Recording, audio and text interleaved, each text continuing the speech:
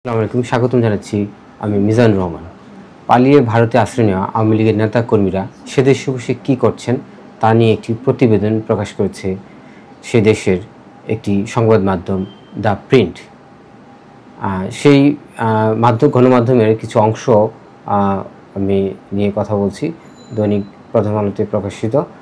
তা হচ্ছে যে বাংলাদেশে শেখ হাসিনা সরকারের পতন এবং তার ভারতে যাওয়ার পর থেকে গত এক বছরে মোহাম্মদ আরাফাত কোনো নতুন বা পুরনো শখের পেছনে ছুটার ফুরসত পাননি। তাকে ব্যস্ত রাখছে দলীয় কাজ এবং ইউনিট সরকারকে উৎখাত করে হাসিনাকে দেশে ফেরার স্বপ্ন।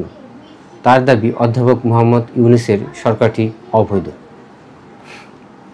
দর্শক, ইউনূসের সরকারটি অবৈধ। আপনাদের সরকারটা কি বৈধ ছিল? আপনাদের সরকারটা কি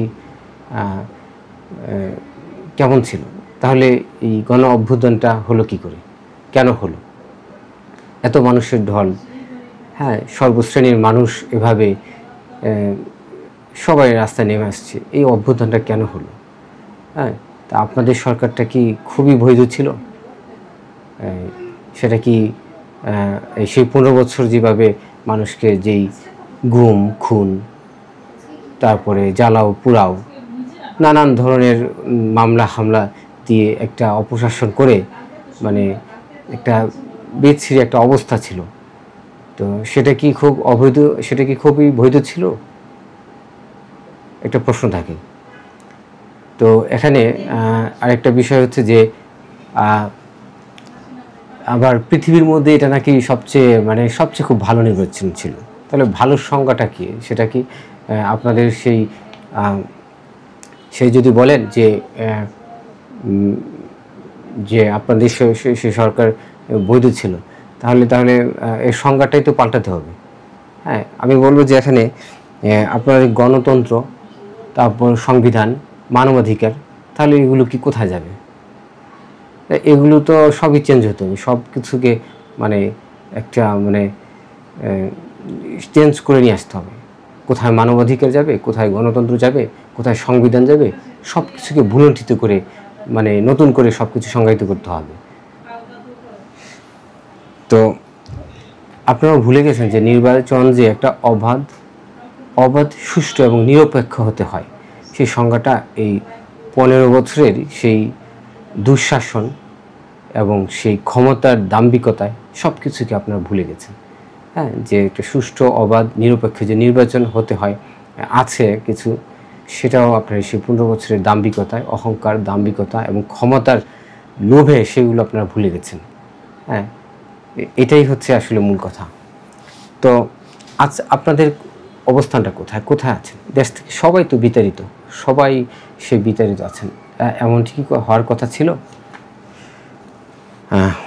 এবং আপনারা আবার এসে কি করবেন, সেটা কি স্বপ্ন দেখছেন যে আবার আপনাদের ক্ষমতা বসাবে, আবার আগের মতো কি হবে? ব্যাংক লুট হবে, অর্থ পাচার করবেন, আবার আয়নাঘর হবে, আবার গুম হবে, খুন হবে, আবার সেই জঙ্গি হামলা এসবের কলঙ্ক দিয়ে তাদেরকে পিছনে রাখবেন, নানান কিছু।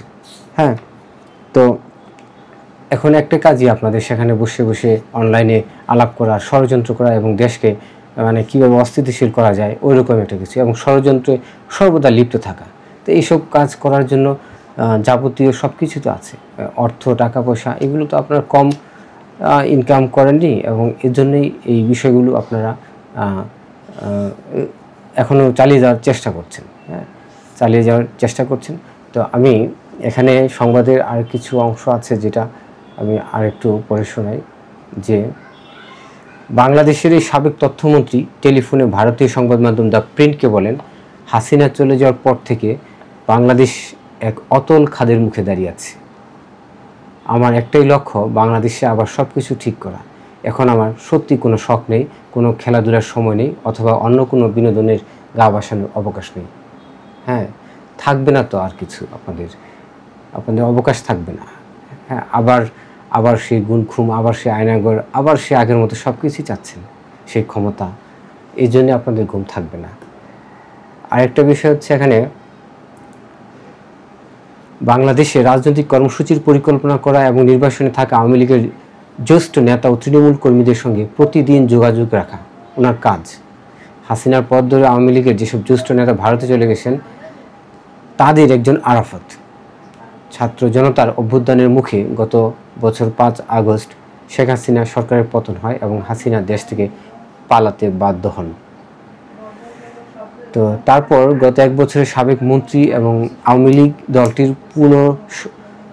দলটির যুব সংগঠন যুবলীগ আর ছাত্র সংগঠন বাংলাদেশ ছাত্রলীগের শীর্ষ মধ্যপর্যায়ের 1300-এর মতো নেতাকর্মী ভারত ও বিশ্বের অন্যান্য জায়গায় নির্বাসনে আছেন। নাম প্রকাশ না করার সত্ত্বে দলটির কেন্দ্রীয় কমিটির এক সাবেক সদস্য বলেছেন, শুধু আওয়ামী লীগের রাজনৈতিক নেতা ও কর্মীরাই নির্বাসনে গেছেন তেমনটা নয়, তাদের সঙ্গে সাংবাদিক, নাগরিক সমাজের অধিকার কর্মী, সেনাবাহিনীর কর্মকর্তা, আইন প্রয়োগকারী সংস্থার কর্মকর্তা ও কূটনীতিকেরও যোগ দিয়েছেন। মোহাম্মদ ইউনূস প্রশাসনের প্রতিহিংসামূলক অভিযানের কারণে তারা বাংলাদেশ ছাড়তে বাধ্য হয়েছেন। কি সুন্দর কথা।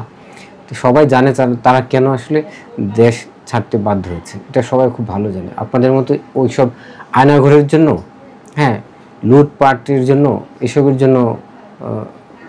এসবের জন্য আবার আপনাদেরকে ডাকবে বা কি এরকম কিছু করতে যাচ্ছে। সব ভালো করে জানে, জনগণ খুব ভালো করে জানে কেন এরকম হয়েছিল, গণ অভ্যুত্থান হয়েছিল। কি সুন্দর একটা উক্তি এখানে দিয়েছেন যে প্রতিহিংসামূলক অভিযানের কারণে তারা বাংলাদেশ ছাড়তে বাধ্য হয়েছেন। এগুলো শুনলে আসলে হাসি পায়। তো দর্শক, এই ছিল এখনকার মতো। ধন্যবাদ। আসসালামু আলাইকুম।